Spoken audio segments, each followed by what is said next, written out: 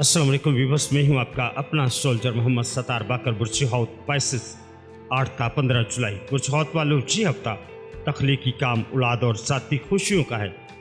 चांद आपके चार्ट के 12वें घर में है, जो पुरानी यादें और ख्वाब आपको सोचने पर मजबूर कर सकता है। सर शम्स आपके चार्ट के 5वें घर में मौजूद है, जो मोहब्बत, इजहार और खुशी लाने वाला है। सर अमरीका आपके चार्ट के चौथे घर में आपको जायदाद या घर के मसाइल पर तवज्जो देने के इशारे दे रहा है।